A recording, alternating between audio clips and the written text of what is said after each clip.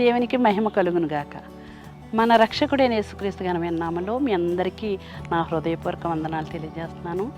దేవుడు మహాకృపను బట్టి ఉదయకాలం ఈ కృపా వాగ్దానం అనే కార్యక్రమం ద్వారా మరొక్కసారి దేవుని సన్నిధిలో ఆయన కృపా వాగ్దానాన్ని ధ్యానించుకునే భాగ్యాన్ని దేవుడు మనకు అనుగ్రహించాడు. మనం చాలా ధన్యులు. దేవునికి మహిమ కలుగును గాక. ఉదయకాలం దేవుడు మనకి ఇస్తున్నటువంటి కృపా వాగ్దానాన్ని ధ్యానించుకుందాం. 119వ కీర్తన 28వ వచనం. వ్యసనము వలన నా ప్రాణము నీరైపోయెను, నీ వాక్యం చేత నన్ను సిద్ధపరచుము, స్థిరపరచుము. దేవునికి మహిమ కలుగును గాక. దేవుడు మహాదేవుడు, ఆ గొప్ప రక్షకుడైన యేసు ప్రభువారు దావీదు జీవితంలో చేసిన కార్యాలు 1, 2 కాదు, ఎన్నో కార్యాలు చేశాడు. ఒకానొక టైంలో తనతో ఉన్న ప్రజలందరితో కలిసి వేరే ప్రాంతం వెళ్ళినప్పుడు దావీదు అక్కడ జరిగిన సమయం ఏంటంటే, సిగ్లగ్ మీద అమాలేకీయులు దండెత్తుకుని వచ్చి వారి ఆస్తులను, వారి సంపదనంతటిని దోచుకుని వారి భార్యలను కూడా, పిల్లల్ని చెరకు తీసుకెళ్ళిపోయినప్పుడు దావీదు తనతో ఉన్న ప్రజలందరూ తిరిగి వచ్చి చూసినప్పుడు ఆ పట్టణంలో కాలిపోయి ఉండడం, చాలా నాశనం అయిపోయి ఉండడం, వాళ్ళు చాలా బాధపడ్డారు. వారు ఇంకా ఎలాగా బాధను తట్టుకోవాలో అర్థం లేని పరిస్థితి. అలాంటి టైంలో వారందరూ కూడా, ఇశ్రాయేలు ప్రజలు తనతో ఉన్న వారందరూ కూడా చాలా ఏడ్చారు. దావీదు కూడా ఏడ్చాడు.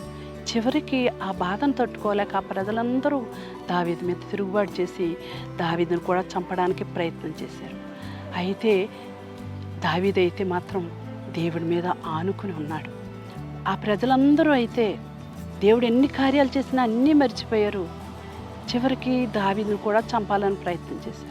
కానీ దావీదు మాత్రం దేవునితో నడుస్తున్నాడు కాబట్టి దేవుడు నన్ను ఎంత మాత్రం సిగ్గుపరచడు. ఇంత బాధ పరిస్థితి, తన భార్యను, బిడ్డల్ని, ఆస్తిని, సర్వస్థాన్ని కోల్పోయాడు.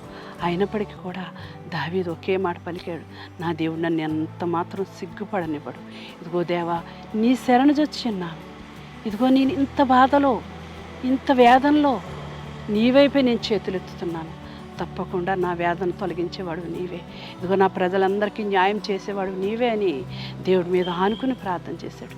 నిజంగా దావీదు ఎంతగా దేవుని మీద ఆనుకుని ఉన్నాడంటే, అంత బాధలో, అంత కష్టంలో ఎవ్వరూ కూడా దేవుణ్ణి తిట్టకుండా ఎవ్వరూ ఉండలేరు. కానీ దావీదు దేవుడి మీద పూర్తిగా ఆనుకుని దేవుని స్తుతించాడు. దేవ, ఈ సమయంలో నీ వాక్యమైన నన్ను బ్రతికిస్తుంది, నా బాధలో అదే నాకు నెమ్మది కలిగిస్తుందని ఆయన వాక్యాన్ని ధ్యానించుకున్నాడు. ఆయన ఆజ్ఞలు, ఆయన కట్టలన్నీ ధ్యానించుకున్నాడు. ఆయన చెప్పే ప్రతి మాటను కూడా మనసులో పెట్టుకుని దేవుని వైపే చేతులెత్తి దేవుని ప్రార్థన చేశాడు. నిజంగా ఈ అనుభవం నీకు కూడా కలిగి ఉందా? ఇక్కడ వరకు దినాల్లో అనేకసార్లు మనం కూడా అనేక భయాందోళనకు గురైనప్పుడు, అనేక సమస్యలు ఒకదాని వెనకాల ఒకటి మన మీదకి దండెత్తుకుని వచ్చినా మనం ఏం చేయాలంటే దేవుని మీద మాత్రమే మనం ఆనుకోవాలి. దావీదు చూడండి, ఆ ప్రజలందరూ తిరుగుబాటు చేసిన, ఆ ప్రజలందరూ పోరాటం, అసలే తను మనసంతా వేదనతో భార్యను, బిడ్డలు పోగొట్టుకుని ఉన్నాడు.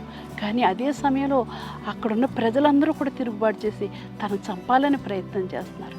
ఎంత శ్రమ అండి! అది చిన్న కష్టం కాదు, చాలా శ్రమ. ఈ దినాల్లో మనకు చిన్న కష్టం వస్తేనే, మనం చిన్న బాధ వస్తేనే తట్టుకోలేకుండా దేవుడి మీద విసుక్కుంటున్నాం. ఒక్కొక్కసారి దేవుడు నా ప్రార్థన ఆలకిస్తున్నాడు అనుకుంటున్నాం. కానీ ఆ దావీదు మాత్రం దేవుడి మీద ఆనుకున్నాడు. దేవుడు వెంటనే దావీదు ప్రార్థన ఆలకించి ఆ శత్రువుల మీద జయమిచ్చాడు. మళ్ళా తన భార్యలను, పిల్లలను, తన ఆస్తులన్నీ కూడా మళ్ళీ యథావిధిగా వారికి సమకూర్చాడు. నిజంగా గొప్ప దేవుడు అండి. ఒక్కొక్కసారి మనకు కూడా చిన్న చిన్న సమస్యలు వస్తాయి, చిన్న చిన్న పరీక్షలు వస్తాయి. దాన్ని తట్టుకుని నిలబడి దేవుని మీద ఆనుకొని మనం ప్రార్థన చేస్తే ఆ గొప్ప దేవుడు, ఆ మహాదేవుడు ఆయన సమీపంగా ఉన్నాడు. ఎప్పుడు మన ప్రార్థనలన్నీ వింటున్నాడు, మనకు జవాబిస్తున్నాడు. అటువంటి అనుభవం నువ్వు కలిగి ఉండి, నీకు కూడా ఏదైనా సమస్య వస్తే మనుషుల వైపు చూడకుండా, ఇదిగో దేవుడు నా ప్రార్థన వింటున్నాడని ఆయన మీద ఆనుకోవడం నేర్చుకున్నట్లయితే తప్పకుండా ఆ సమస్యను దేవుడు పరిష్కరించగల దేవుడు. ప్రార్థన చేసుకుందాం. మేము కలిగిన దేవా, దావీదుకు వచ్చిన శ్రమను బట్టి ప్రభువా, దావీదు సోలిపోలేదు, తొట్టెళ్ళిపోలేదు నాయన. అక్కడ ఉన్న ప్రజలు తిరుగుబాటు చేసినప్పటికీ కూడా నీ మీద ఆనుకుని ప్రభా నాయన నిన్నే ప్రార్థించాడు అయ్యా, నిన్నే స్తుతించాడు ప్రభా. ఇదిగో నాయన నేను అయ్యా ప్రభా వాగ్దానం చేస్తున్నాడు తండ్రి. వాగ్దానం ప్రభా గొప్పది నాయన.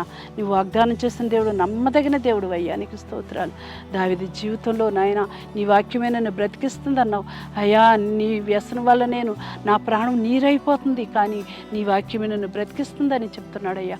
అదే రీతిగా మేము కూడా మా శ్రమ వచ్చినప్పుడు ఏ మనుషుల వైపు వెళ్లకుండా నీ వాక్యం వైపే మనసు పెట్టుకుని, నీ ప్రార్థన వైపే మనసు పెట్టుకుని నిన్నే స్తుతిస్తే తప్పకుండా మా శ్రమను తొలగిస్తామని ప్రార్థిస్తున్న బిడ్డలో విశ్వాసం నమ్మకం కలిగించి ఆ విధంగా నీ మీద ఆనుకునే మనసు అందరికీ కూడా అనుగ్రహించమని యేసు నామములో ప్రార్థిస్తున్నాను తండ్రి.